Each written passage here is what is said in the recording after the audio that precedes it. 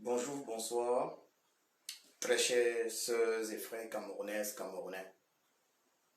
Bonjour, bonsoir, mes très chers compatriotes camerounaises, camerounais.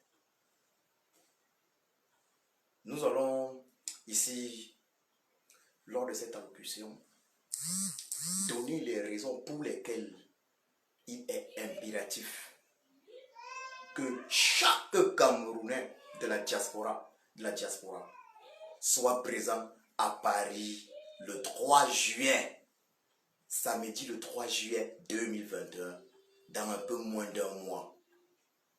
Au-delà de cela, je voudrais féliciter Kan Owalski pour le travail énorme, phénoménal qu'il abat dans cette lutte pour la libération du Cameroun, dans cette résistance pour libérer notre très cher et beau pays, le Cameroun.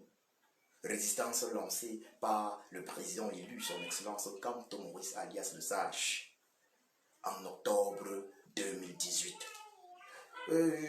J'ai profité du petit temps que j'avais pour acquérir un exemplaire de ce livre que j'invite les uns et les autres d'ailleurs à acheter. Oui, je suis fier d'avoir ce livre de Kan Owalski dans ma collection de livres de la résistance camerounaise et africaine.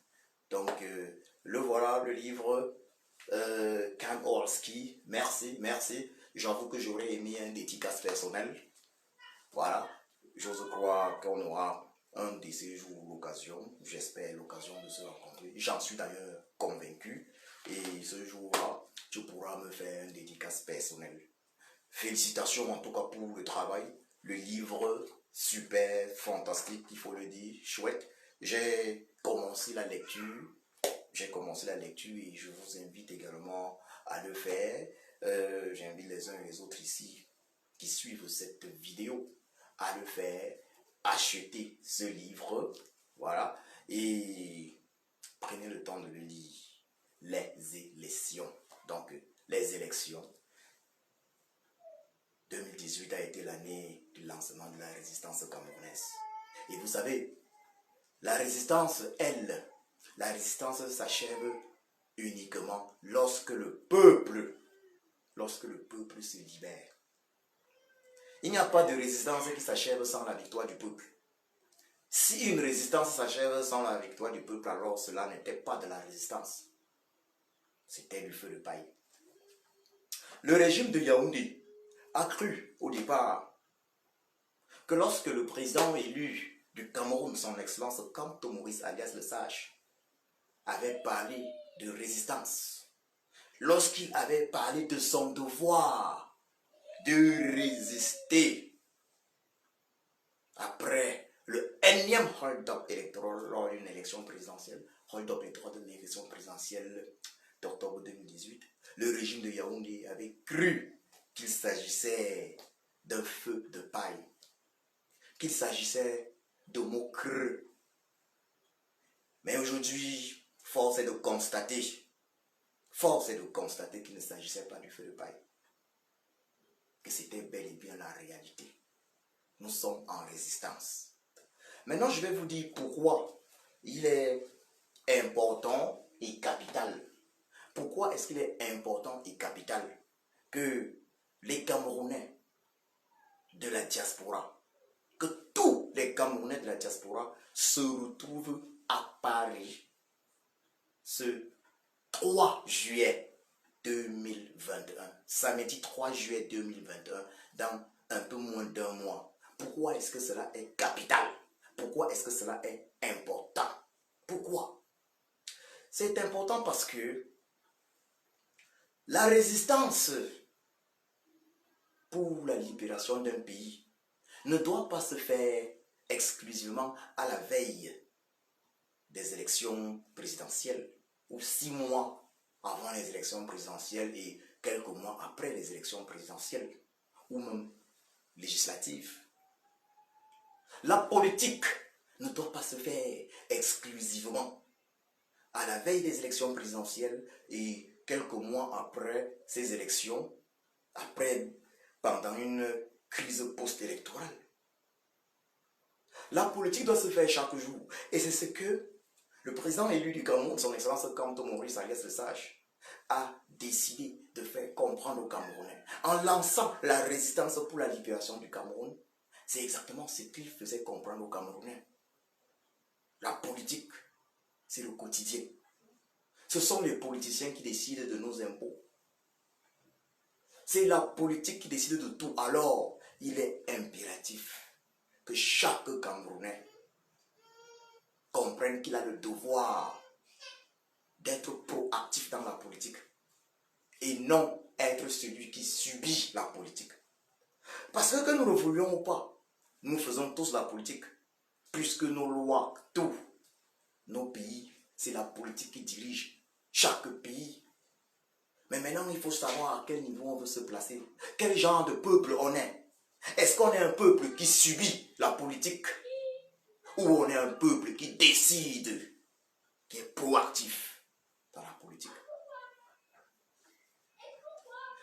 Voyez-vous, puisque nous ne voulons pas être un peuple qui subit la politique, certains prétendent d'ailleurs être apolitiques alors qu'ils subissent la politique, alors qu'ils paient les impôts. Puisqu'on ne veut pas être un peuple qui subit simplement les détourneurs de fonds publics, on a le dernier scandale, le Covid-19, l'argent destiné à sauver les Camerounais du Covid-19, environ 200 milliards détournés par les membres du régime Biya. Presque tout le régime Biya est impliqué. Voulons-nous continuer de subir? Puisqu'on ne veut pas continuer de subir, nous devons de résister, nous avons le devoir de résister. Cette résistance qu'a lancée le président élu, son excellence Kanto Maurice Alias Le Sage, n'était pas fortuite, elle était pensée. Quand je l'appelle le sage, ce n'est pas un hasard. Ce n'est pas à la veille des élections présidentielles qui vont avoir lieu, probablement très prochainement, ou même si elles avaient lieu en 2025, ce n'est pas à la veille des élections présidentielles qu'on se doit de parler de réforme consensuelle du système électoral. Un système électoral consensuel s'obtient bien avant les élections présidentielles. C'est pour ça que nous devons être tous à Paris. Nous devons être à Paris pour revendiquer une réforme consensuelle et effective du système électoral camerounais. Tout le monde se doit d'être présent à Paris, y compris les Sardinards, parce que nous voulons, pour la première fois dans l'histoire du Cameroun, des élections transparentes. Nous voulons, pour la première fois dans l'histoire du Cameroun, des élections après lesquelles il n'y aura pas de crise post-électorale. Des élections après lesquelles personne ne se plaindra. Nous voulons que ce soit ainsi dorénavant, que les élections au Cameroun soient organisées de façon transparente comme dans des pays de ce monde qui se respectent. Dans les pays qui sont en réalité des démocraties et non des tyrannies comme chez nous au Cameroun. Voilà la raison principale pour laquelle nous devons être à Paris. Nous devons être à Paris parce que il n'est pas question d'attendre la prochaine élection présidentielle, le prochain hold-up, avant de descendre dans les rues et dire qu'il y a eu hold-up une fois de plus. Il est question de décider du calendrier électoral. Il est question de décider de comment sont organisées les élections dans notre pays. Et c'est maintenant ou jamais. C'est pour ça que nous devons être à Paris. Nous devons être à Paris pour revendiquer, je dis bien, nous devons être à Paris pour revendiquer une réforme consensuelle et effective du système électoral camerounais. Ce n'est pas la seule raison, évidemment. Nous n'allons pas seulement à Paris pour les élections transparentes. C'est clair que les élections transparentes au Cameroun, s'il y avait élections transparentes au Cameroun, s'il y avait un système électoral consensuel au Cameroun, on n'aurait jamais eu le génocide dans le Nozo. On n'aurait jamais eu la crise du Nozo. On n'aurait jamais eu les massacres dans le Nozo. Nous partons donc à Paris également demander l'arrêt sans condition. Nous partons donc à Paris demander l'arrêt, je dis bien, nous partons donc à Paris demander l'arrêt sans condition des massacres dans le nord-ouest et le sud du Cameroun, du génocide dans le nord-ouest et le sud-est du Cameroun. Nous devons tous être présents. C'est pas la veille de prochaines élections qu'on ira à des manifestations. C'est maintenant que nous devons obtenir l'arrêt du génocide dans le Nozo. C'est maintenant. Nous devons être à Paris pour revendiquer un véritable dialogue national inclusif. Nous devons revendiquer cela à Paris. Vous êtes tous conscients que le régime Biya a fait usage de tribalisme pour diviser les Camerounais afin de régner pendant ces 40 dernières années. Lors d'un dialogue national inclusif, les Camerounais vont se parler entre eux. Je dis bien, lors d'un véritable dialogue national inclusif, il est important que les Camerounais se parlent entre eux, se disent les vérités. Personne n'est parfait, mais que les Camerounais se disent des vérités.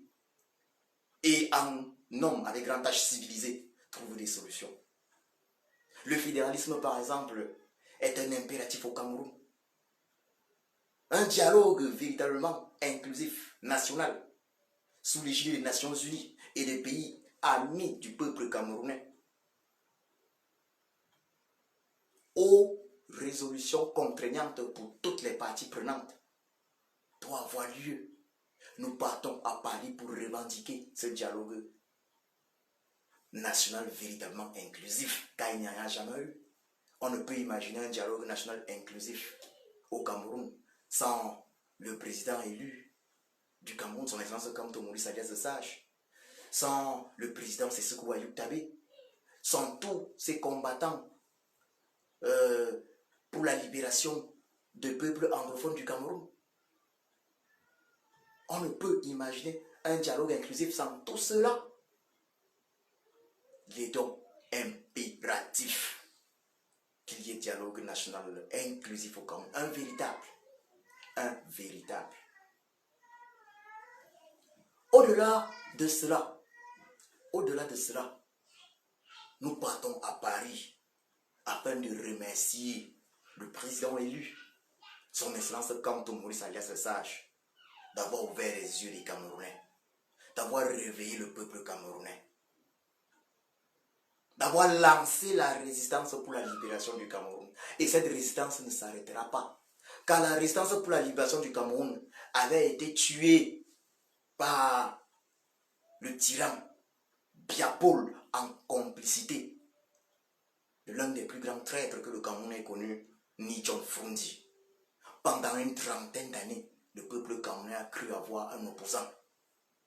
C'est la raison pour laquelle d'ailleurs, en 2008, le tyran Biya a facilement manipulé de façon illégale, injuste, injustifiée notre constitution afin de rester à vie au pouvoir. Nous partons à Paris car le président élu, son excellence Kamto Maurice, sera présent. Il sera présent et nous devons être là pour lui dire merci. Nous devons être là pour l'encourager afin qu'il continue parce que ce qu'il fait est incroyable.